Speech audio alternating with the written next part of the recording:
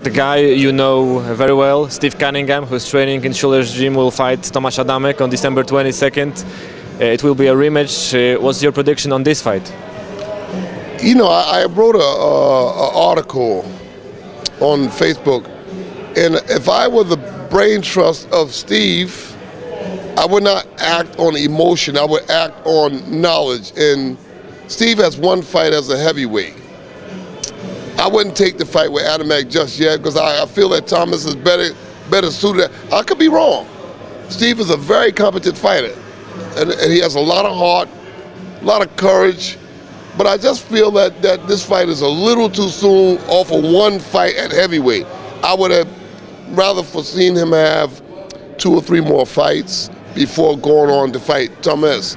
But I think that Thomas is stronger and more adept at heavyweight, and I suspect that he might win a decision over Steve because Steve may have to try to make adjustments in that fight that he may not be able to make at heavyweight, simply because he's not used to fighting at it. He's going to be 10, 15 pounds heavier, and like I said, Thomas has had time to adjust to the weight. That's the only reason. But skillfully, Steve has the ability. But I'd have to go with Adamek. If I had to go with a decision choice, I'd have to, go with Adamek. And I'm looking at not as just a fan, but I'm looking at as a critic. That I think that it's just too soon for Steve to be in the fight. But I think that Steve will show up, and I think that he'll put up a great fight. I just don't, if I was his handler, I wouldn't have taken the fight. No, I wouldn't have done it. I'd have given him more time to make the adjustments at heavyweight.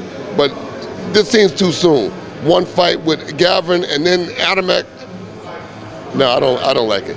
But like I said, anything can happen. On paper, I see Adamek winning the fight. How, I don't know. Stevie does not get knocked out by anybody. He gets knocked down, but he always gets back up. But on paper, I think that Adamek wins the fight.